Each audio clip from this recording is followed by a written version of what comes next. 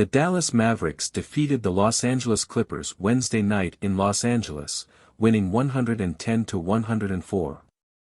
Kyrie Irving debuted for the Mavericks, more on him later, filling in nicely for the injured Luka Doncic. Picking up a win while shorthanded and on the road is always encouraging. The Mavericks started the game red hot, hitting 9 of 13 shots from behind the arc in the first quarter. They scored 41 points total in the first 12 minutes. But the Clippers quickly recovered by stepping up their defense. After committing 0 turnovers in the opening quarter, the Mavericks gave the ball up 8 times in the second. After leading by 19 at one point, Dallas went into halftime with just an 8-point lead.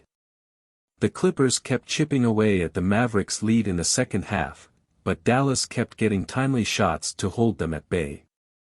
Tim Hardaway Jr., Reggie Bullock, and even Theo Pinson hit key shots to preserve the Mavericks' lead. But Dallas kept turning the ball over, 7 more in the third quarter, allowing the Clippers to stay close. The Mavericks continued hitting just enough shots in the fourth quarter to keep the lead, and the Clippers' offense sputtered. Dallas came away with a win, their 4th in 5 games. Here are 3 observations from the game. Kyrie Irving's first game went well. Irving scored 24 points and had 5 assists, a straightforward line. There didn't seem to be any awkwardness with the fit on the court. The Mavericks are already built for a star player to score off of isolations, and Irving could easily fit into the missing Luka Doncic's role. But Irving also seemed to be playing cautious at times, trying to find exactly where he fit into the Dallas offense. He could have scored more but seemed to be extra willing to make the right play. Jason Kidd seemed to be careful with Irving's minutes as well. There'll be an adjustment period when Doncic returns, as well, so it'll likely be a few games until we see Irving truly light up opponents. Reggie Bullock is thrust into a bigger role.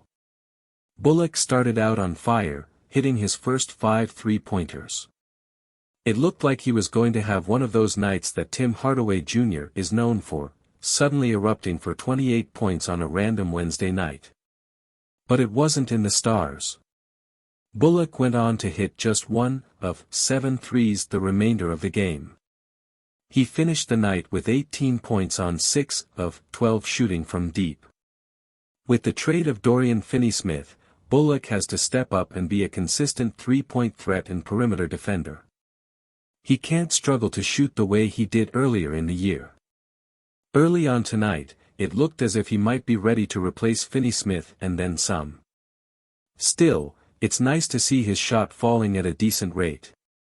The Mavericks pushed the ball, but were sloppy with it.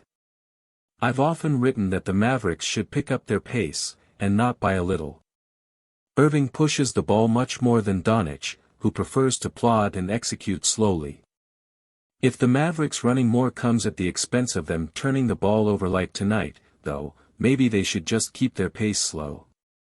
The Mavericks shot the Clippers out of the building, 49% on threes, but the turnovers kept Los Angeles in the game.